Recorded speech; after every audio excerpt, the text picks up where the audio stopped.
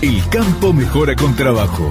Y también con buena información. Palabra de campo. Palabra de campo. En Splendid 990. Bueno, hay algo que nos gusta mucho hacer en el programa, que es hablar con los técnicos, con los que saben de determinados cultivos. La semana pasada justamente hablamos en virtud de lo que ocurrió con este trabajo de investigación que hicieron sobre la papa con la doctora, la investigadora del INTA de Balcarce. Y ahora nos vamos hacia otro cultivo. Vamos a hablar de la cebolla. Me encanta. ¿Sí? Infaltable la cebolla. Infaltable en todo en la cruda, comida. Cocida. Infaltable. Sí. De verdad. Le da ese toque. De verdad que ya hay un producto para la comida cotidiana. Me molesta lo previo, digamos. Bueno, pero están trabajando. Cortar la cebolla y no llorar. ¡Ay, qué difícil! Vamos a hablar con Claudio Galmarini, que es responsable del programa de mejoramiento genético de cebolla del INTA, investigador superior del CONICET y profesor de horticultura de la Universidad Nacional de Cuyo, que está en contacto con nosotros. Claudio, ¿cómo estás? Daniel Aprile y Viviana Valles te saludan. Hola. Buenos días, ¿cómo les va? Bien, muy bien, Claudio. Bueno, en principio, vos has trabajado en un programa especial sobre mejoramiento y han logrado una variedad específica de cebolla. Quiero que nos cuentes sobre eso y en qué está trabajando el INTA para el mejoramiento y qué se entiende por mejoramiento para la gente que nos escucha. Bueno, primero gracias por contactarnos. El INTA tiene desde su creación prácticamente programas de mejoramiento para distintos cultivos, mejoramiento genético, es decir, utilizar la variabilidad que tiene la especie, en este caso la cebolla, para crear nuevos cultivares con determinados objetivos. Así, a lo largo de la historia del programa de mejoramiento, hemos obtenido más de 12 cultivares de cebolla para distintos fines. Y hoy, cerca del 60% de la superficie cultivada con cebolla en el país se hace con variedades obtenidas por el INTA, lo cual es para nosotros es un indicador de impacto del trabajo de mejoramiento genético. Recién me reía al principio cuando introducían la cebolla, digamos, te hace llorar, todas estas cosas. En la genética de cebolla, en el mundo se ha trabajado mucho, y hoy hay cebollas todavía no en el mercado que no hacen llorar. Dios, Claudio, ¿cuándo van a estar en el mercado?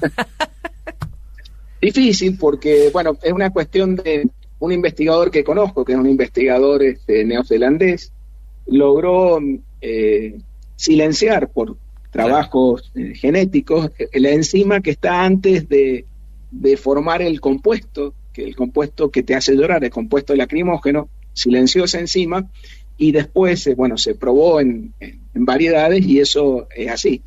No se producen los compuestos azufrados que tienen el factor lacrimógeno y no te hace llorar. Eso, como es un procedimiento genético ligado a procesos de transformación génica, todavía la patente se la vendió a algunas empresas semilleras y todavía no la liberan al mercado. Pero por otro lado, también decías cruda, cocida, cómo comerla. Y un poquito de historia. La cebolla, igual que el ajo, no fueron domesticadas como alimento. Nadie que tenga mucho hambre, ni hoy día, va a saciar ese hambre comiéndose, 5 kilos de cebolla o 4 kilos de ajo. Fueron domesticados como medicinas. Son de las primeras plantas medicinales que aparecen en libros como el Dioscórides, que es uno de los primeros libros de medicina que relaciona el reino vegetal con la salud.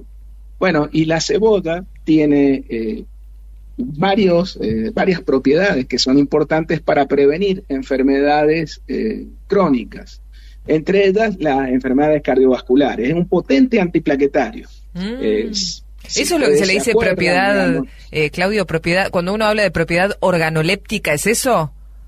No, esto se llama propiedad nutracéutica. ¿Y qué es organoléptica? Que más allá de los aportes nutricionales que per se hace un alimento, tiene otras propiedades que previenen enfermedades. En el caso de la cebolla, les decía, es un potente antiplaquetario. En la sangre nosotros tenemos glóbulos rojos, glóbulos blancos y plaquetas. Las plaquetas son células anucleadas que cuando hay una lesión se agregan y cuando uno se corta hace que coagule esa herida. pero cuando tenemos lesiones a nivel del endotelio del sistema circulatorio, también se agregan y producen trombos, que eso nos producen infartos o accidentes cerebrovasculares, la primera causa de muerte. Los médicos recomiendan muchas sustancias antiplaquetarias, entre ellas la aspirina. Habrán escuchado que los médicos dicen tomen una aspirina por día, que es buena para prevenir accidentes cardiovasculares. Sí. Bueno, tanto la cebolla como el ajo son potentes antiplaquetarios. ¿Y se pierde esa propiedad si la trabajado en eso? ¿Se pierde la propiedad si la cocinas, Claudio? A igualdad de dosis, ahí te contesto, es más potente el ajo, por ejemplo, que la aspirina. Wow. Pero la mala noticia es que hay que comerlo cruda. Ahí está. Porque en la medida que uno cocina, por eso me reía en la introducción, si la cocinas, ese calor, y hemos hecho varios trabajos respecto a la cocción, frita, baño María, como quieran, digamos, lo hemos hecho, el calor o la temperatura inactiva una enzima que es importante para desarrollar estos factores que son importantes para prevenir la agregación plaquetaria y bueno, no sirve de mucho que comerla cruda. O sea, ajo crudo. Y cebolla cruda. Un dientito de ajo crudo. ¡Ay! Tenés que vivir solo, Claudio. O que el otro también coma. En el caso de la cebolla, hay unas cebollas que se llaman dulces, que nosotros también trabajamos en algunas variedades de ese tipo, que no son caramelos, sino que tienen menos compuestos azufrados, que son los que dan esa característica de ardor o sensación de flavor ardiente y que te hacen llorar más. ¿Esa es la del bulbo rojo? ¿Cómo? ¿Esa es la cebolla? No tiene nada que ver con el color. Tiene que ver con la cantidad de compuestos azufrados que acumula. Y hay regiones por ejemplo, de Estados Unidos, una región en el estado de Georgia que se llama Vidalia, que tienen denominación de origen para este tipo de cebollas, porque no solo tiene la parte genética que uno selecciona, sino también depende del ambiente. Tiene que ser ambientes donde no haya mucha alternancia en temperaturas altas y bajas, suelos arenosos, con riego. Pero bueno, hay un mercado de cebollas dulces que te permite comer cebollas crudas, digamos, o con una ensalada con tomate así cruda, sin dejar esa tanta sensación de ardor o eso que hacían referencia. En Mendoza, en San Juan y en Santiago del Estero, hoy en día, desde hace unos 4 años, estamos trabajando con un grupo de productores que está produciendo este tipo de cebollas dulces para exportar al mercado de Estados Unidos. No son volúmenes grandes, pero es una salida interesante. Ni están disponibles en el mercado local tampoco. La idea es esa. Nosotros trabajamos en mucho tiempo seleccionando cebollas dulces, pero todavía no se han impuesto, como en un montón de hortalizas, la diferencia por calidad o atributos diferenciales para que el consumidor las reconozca. Siempre digo lo mismo, yo soy mendocino. Hoy a nadie se le ocurre pedir vino tinto, o es poco habitual pedir vino tinto. Dice, bueno, quiero Malbec, quiero, no sé, Pinot, Cabernet. Reconocen la variedad. Díganme ustedes qué cebolla ustedes conocen por la variedad, y hay mucha variabilidad y son diferentes, o qué ajo conocen, y hay un montón de tipos de ajos y de cebollas que tienen propiedades distintas. Esto puedo hablar largo tiempo. Interesante. Lo mismo pasa con las papas, digamos. ¿Quién lo puede diferenciar? A ver, entonces, cebollas, ¿las podemos reconocer si llega una variedad distinta a la verdulería? Bueno, sí. Vos mencionabas el color es una manera de reconocerlas, también la época del año. En esta época del año, ahora en agosto, septiembre, estamos consumiendo cebollas que se llaman valencianitas. Hay distintas variedades dentro de ese grupo, que son cebollas que se producen fundamentalmente en Santiago del Estero, y en un poquito más va a entrar cebolla producida acá en San Juan y en Mendoza. Y la gran producción de cebolla de Argentina, que se llaman valencianas como grupo, y hay otras variedades, la gran producción se da en los meses de diciembre, enero y febrero, y el primer productor de esa cebolla es el sur de la provincia de Buenos Aires, la zona de Bahía Blanca hacia el sur, Carmen de Patagones, Mayor Buratovich, Pedro Luro, y también el valle medio ha crecido mucho y el valle inferior del Río Negro. Son otro tipo de cebollas que tienen mejor conservación, son las que exportamos a Brasil.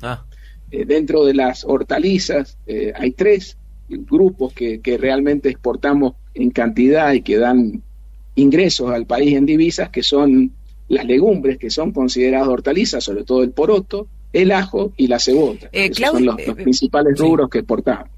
Te quería consultar, vos recién hablaste justamente, me sacaste la pregunta, de exportar. ¿Cuánto de lo que producimos en Argentina se exporta? Yo tengo el dato del 30%, ¿eso es así? Y recién mencionabas Brasil. Sí. ¿A qué otros lugares del mundo exportamos cebolla y qué variedades? Es así, nuestro principal mercado es Brasil. Es Brasil. El porcentaje varía de año a año, pero la referencia es buena, cerca del 30%. Siempre hemos, inclusive desde el INTA, con las asociaciones de productores y a través de generar nuevas variedades y con empresas semideras, hemos tratado de tener nuevas variedades y tratar de diversificar el mercado al cual exportamos. En la década de los 90 del siglo pasado, tuvimos el porcentaje de exportación era parecido, el 30%, pero Brasil representaba el 70% de ese mercado. Claro. Y exportábamos mucho a Europa. Ese mercado lo perdimos por diferentes situaciones macroeconómicas y hoy prácticamente el 90% de lo que exportamos va a Brasil, claro. Lo cual es bueno por la cercanía, pero es malo porque dependemos prácticamente de un solo mercado y cualquier condición macroeconómica de nuestras monedas, del valor de las monedas de Brasil y la nuestra, o inclusive Brasil produce bastante cebolla. La producción propia de Brasil afecta a la exportación y eso también afecta a la rentabilidad de los productores que venden en el mercado interno. Claudio, te hago, son muy cortas, pero para respuesta sí muy corta. La cebolla, cuando le queda alguna capita medio verde afuera, ¿sirve o no sirve eso? Sí, sirve. Sí, se come igual. Lo que pasa es que en realidad es mejor, si vos tuvieras que elegir una cebolla en la verdulería, elegir cebollas que tengan muchas catáfilas o si quieren piel afuera que se van pelando. Cuanto más tengan y más compacta sea, indica que te va a durar más, que va a tener una mejor post cosecha. Esa cebolla te va a durar más en la casa, por ejemplo. Si se verdea, por alguna razón le ha llegado a la luz a los tejidos más internos del bulbo de cebolla y aparece una especie de verdeo, que es mucho más común en las cebollas blancas, por ejemplo, que tienen catáfilas blancas. Claro. ¿Va en la heladera o no, por último? No. No, listo. Ok. Lo hago mal, perfecto. No en la heladera, porque no por la temperatura. La temperatura, si uno tuviera que conservar una cebolla por mucho tiempo, sí puede estar cercano a los 0 grados, 1 grado, 2 grados o a los 7, 8 que tiene la heladera. El problema de la heladera es la humedad. Es demasiado húmeda la heladera para conservar la cebolla. Conviene, si tuvieras que guardarla en tu casa, te conviene guardarla en una alacena oscura, fresca, y donde no haya factores que aumenten la humedad. Excelente. Gracias, Claudio, un abrazo grande y nos encantó conversar con vos. Beso enorme, buen sábado. Muchas gracias a ustedes. Un abrazo grande. Claudio Galmarini, responsable del programa de mejoramiento de cebolla del INTA, investigador superior del CONICET y profesor de horticultura de la Universidad Nacional de Cuyo. Más información, más campo, más Splendid 990.